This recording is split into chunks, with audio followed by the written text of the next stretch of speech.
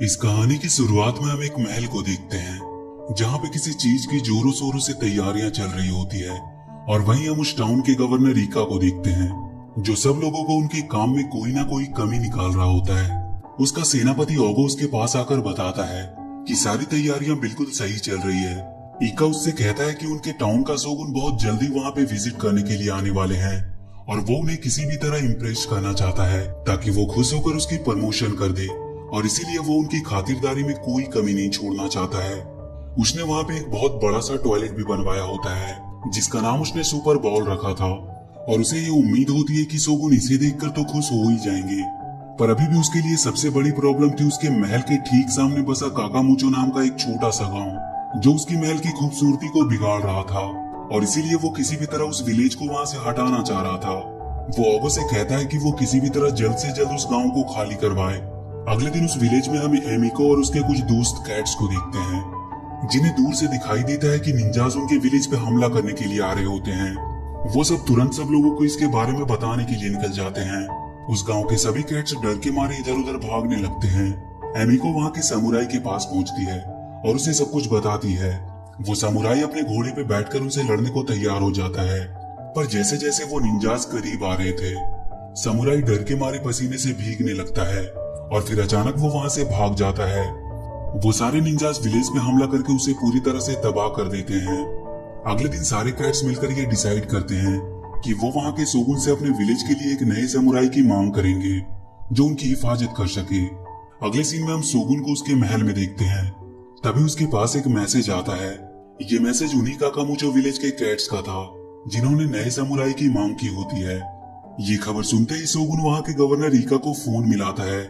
इनकी phone line भी कमाल की होती है जिसमें लाइन से कैट्स खड़े होते हैं और वो एक साइड से बात को ट्रांसफर करते हुए दूसरी साइड तक पहुंचाते थे। शोगुन ईका को उस विलेज को एक नया समुराई देने का काम सौंपता है। ईका परेशान हो जाता है क्योंकि उसकी चाल उल्टी पड़ चुकी थी और वो कोई नया आइडिया सोचने लगता है। अगले सीन में हम वहाँ की जेल में कैद हैंक नाम के एक डॉग को देखते हैं जिसे वहाँ कैट टाउन में आने के जुर्म में गिरफ्तार किया गया होता है क्योंकि वहाँ डॉग्स का आना अलाउड नहीं था और उसे इस जुर्म में सजाए मौत मिली थी। वो उसे मारने ही वाले होते हैं कि तभी दूर से ईका उसे देखता है और वो उसे कहते हुए सुनता है कि वो यहाँ कैट टाउन में समुराई बनने के लिए आया था। ये सुनते ही उसे एक आइडिया आता है और वो अपने सैनिकों से उसे छोड़ देने को कहता है और वो उसे ही नया समुराई बनाकर काकामुचो विलेज में भेज देता है। उसने ऐसा इसीलिए किया होता है क्योंकि उसे उम्मीद होती है कि विलेज के कैट्स एक डॉग को देखकर तुरंत उसे मार देंगे और फिर इसके जुर्म में वो पूरे विलेज को गिरफ्तार कर लेगा। इससे उसकी परेशानी अपने आप खत्म हो जाएगी।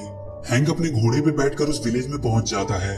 सारे कैट्स अपने नए समुराई के वेलकम के लिए खड़े होते हैं, पर जैसे ही वो एक डॉग को देखते हैं वो सब गुस्सा हो जाते हैं और वो हैंक को मारने के लिए उसका पीछा करने लगते हैं। वो सब मिलकर हैंक को मारने ही वाले होते हैं कि तभी उसके पास से गवर्नर का ऑफिशियल लेटर मिलता है, इसीलिए वो सब उसे छोड़ देते हैं।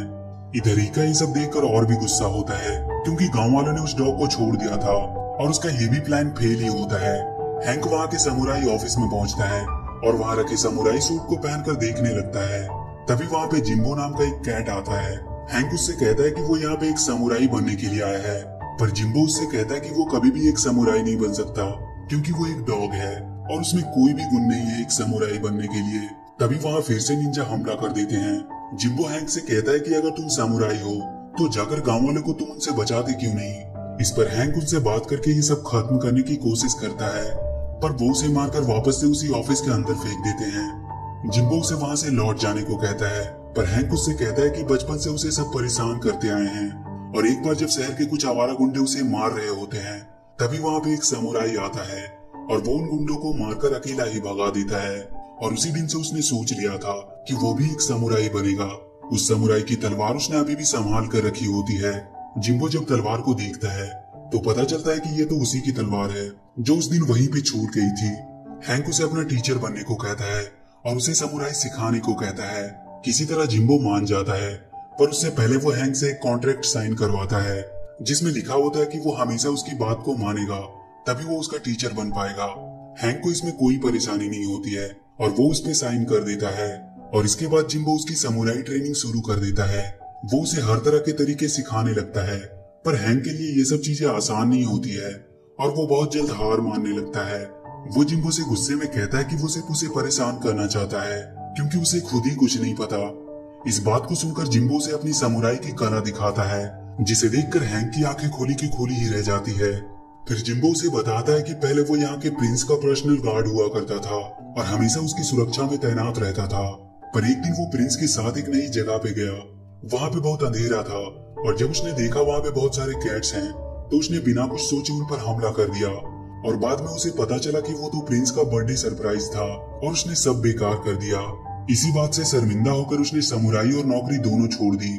ऑफिस आकर जिम्बो समुराई की बुक पढ़ता है और उसे एहसास होता है कि हैंक को एक डॉग की तरह सिखाना होगा, न कि कैट्स की तरह। अगले दिन वो हैंक की आंखों पे एक पट्टी बांध देता है और उसके सुनने और स्मेल करने की क्षमता से चीजों को अपनी ओर आते हुए महसूस करने को कहता है। और ये तरीका बिल्कुल काम कर रहा था। हैंक अपना डिफेंस करना सीखने लगता है। इधर ईका बहुत गुस्सा होता है क्योंकि अभी तक ओगो ने गांव को खाली नहीं कराया था, इसीलिए अब वो कोई और तरीका आजमाने का सोचता है। और अगले दिन एक बहुत बड़ा सा सूमो कैट उस गांव पे हमला करता है। हैंक उसे रोकने की कोशिश कर रहा होता है पर उसकी पावर के आगे वो कुछ भी नहीं था। तभी वहाँ पे जिम्बो देखता है कि उस कैट को इमली से एलर्जी है और इसी का सहारा लेते हुए वो लोग उस बड़े से कैट को हरा देते हैं। हैंक को लगता है कि उसने अकेले ही उसे हराया है और इस घटना के बाद सारे गांव वाले भी अब हैंक को पसंद करने लगे थे। सुमो कैट को इलाज करने के लिए हैंक वहाँ के डॉक्टर के पास ले जाता है। इस बात से खुश होकर सुमो और उसमें दोस्ती हो जाती है। ईका को जब ये बात पता चलती है तो वो और भी ज्यादा गुस्सा होता है और उसे एक नया आइडिया आता है। इधर हैंक एमिको के साथ बैठकर कागज के खिलौने बनाकर पानी में बहा रहा होता है। एमिको उसे एक कागज की बनी उसकी स्टैचू से देती है और कहती है कि ये हमेशा उसे याद दिलाएगी कि वो कौन है। तभी उसके पास जिम्बो आता है और उसे ट्रेनिंग पे फोकस करने को कहता है और सुमो की जीत का ज्यादा जश्न मनाने से मना करता है। हैंक जब ट्रेनिंग कर रहा होता है तो उसके पास ईका आता है जो उसे सुमो को हराने की खुशी में एक पार्टी देना चाहता है और आज रात उसे एक क्लब में एंजॉय करने बुलाता है। रात में जब हैंक पार्टी में जाने के लिए तैयार हो रहा होता है तब जिम्बो उसे वहाँ जाने से मना करता है और इसी बात से दोनों में बहस हो जाती है और हैंक उसकी बात ना मानकर पार्टी में चला जाता है। ईका उसे लेकर एक बहुत ही शानदार से क्लब में पहुंचता है जहाँ पे सारे लोग हैंक को किसी सेलिब्रिटी की तरह ट्रीट कर रहे थे। और इधर रात में ही कुछ लोग विलेज पे हमला करके उसे पूरी तरह से तबाह कर देते हैं और वो सुमो को भी अपने साथ ले जाते हैं। जिम्बो भी नशे में होता है इसीलिए वो भी कुछ कर नहीं पाता। हैंक पार्टी में बहुत एंजॉय करता है और फिर अपने घर जाने लगता है। पर ये सब ईका का ही प्लान था उसे गांव से बाहर रखने का। सुबह गांव की हालत देखकर हैंक हैरान हो जाता है। सभी लोग अब गांव छोड़कर जाने का सोच रहे थे। वो जल्दी से जिम्बो के पास पहुंचता है पर जिम्बो अब उसे वहां से चले जाने को कहता है। सारे गांव वाले भी हैंक को ही दोषी मान रहे थे क्योंकि उसने उन्हें बचाने के लिए कुछ भी नहीं किया था। वो दुखी मन से गांव को छोड़कर जाने लगता है। वो एक जगह उदास होकर बैठ जाता है। तभी उसे एमिका का दिया हुआ गिफ्ट दिखता है और उसकी बातें याद आने लगती है। इधर जिम्बो अकेला ही ईका के महल में सुमो को छुड़ाने पहुंच जाता है पर तभी वो देखता है कि वहाँ पे हैंक भी आ गया है। हैंक उससे सॉरी कहता है और फिर दोनों मिलकर किसी तरह सबसे छुपते हुए सुमो की जेल तक पहुँचते हैं और वो उसे वहाँ से छुड़ाकर भागने लगते हैं। पर भागने के चक्कर में जिम्बो अकेला ही अंदर फंस जाता है पर वो उन दोनों को वहाँ से जाने को कहता है। हैंक जाने के लिए तैयार नहीं था पर सुमो किसी तरह उसे वहाँ से ले जाता है और जिम्बो अकेला ही उन सारे सैनिकों से लड़ने लगता है।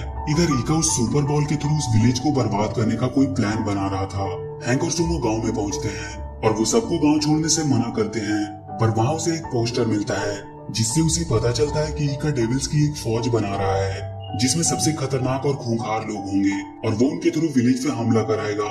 हैंक सारे गांव वालों को समझाता है कि उन्हें सब कुछ भुलाकर एक साथ आना चाहिए और अपने विलेज को बचाने के लिए लड़ना चाहिए और एक साथ मिलकर वो ईका को भी हरा सकते हैं। उसकी बातें सुनकर सब उसका साथ देने को मान जाते हैं और फिर वो लोग ईका की आर्मी से लड़ने का प्लान बनाते हैं। और जब ईका की आर्मी विलेज पे हमला करती है तो ये लोग दूर से देख रहे होते हैं क्योंकि उन लोगों ने गांव के सब चीजों को कागज से बनाया होता है और वहाँ पे बारूद भी छिपा कर रख दिया होता है। और जैसे ही सारी आर्मी विलेज के बीच में पहुँचती है हैंक वहाँ के बारूद में आग लगा देता है जिससे एक बड़ा सा धमाका होता है और इसके बाद वो सब मिलकर बचे हुए आर्मी पे हमला कर देते हैं। वो उन सारे आर्मी पे भारी पड़ रहे होते हैं। तभी वो देखते हैं कि उनकी तरफ एक और बहुत बड़ी सेना आ रही है।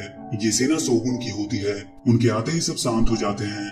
ईका भी वहाँ पे जल्दी से आ जाता है और वो शोगुन को बताता है कि यहाँ जो कुछ भी हुआ उसमें उस डॉग हैंक का हाथ है। शोगुन अपनी सेना को हैंक को मारने का ऑर्डर देता है पर तभी वहाँ पे जिम्बो आकर उसे बचा लेता है। जिम्बो को जिंदा देखकर हैंक बहुत खुश होता है। तभी जिम्बो को शोगुन पहचान लेता है, क्योंकि वो वही प्रिंस था जिसके साथ जिम्बो रहा करता था। शोगुन उसे देखकर कहता है कि उसने काम क्यों छोड़ दिया। जिम्बो उसे बताता है कि वो अपने आप से बहुत शर्मिंदा था, क्योंकि उसने उसका बर्थडे खराब कर दिया था। शोगुन उसे कहता है कि वो उसकी लाइफ का सबसे बेस्ट बर्थडे था, क्योंकि वो एक ही तरह के पार्टी से उब चुका था। वो कभी भी जिम्बो से गुस्सा था ही नहीं। ओगो शोगुन से हिका की सारी चाल बता देता है और ये सुनकर हिका भागने लगता है। उसे पकड़ने के लिए हैंक उसके पीछे जाता है। वो उसी सुपर बॉल के ऊपर पहुंचता है और दोनों वहीं पे लड़ने लगते हैं। हैंक उसे उसी बॉल के अंदर गिरा देता है। तभी वहाँ पे पानी भरने लगता है और वो डूबने लगता है। ओगो उसे बचाने के लिए उसमें कूदता है, पर तभी उस सुपर बॉल से पानी ओवरफ्लो होने लगता है। उसमें से इतना पानी निकल रहा होता है कि महल भी टूटने लगता है। हैंक देखता है कि इस पानी के बहाव से उनका गांव डूब जाएगा।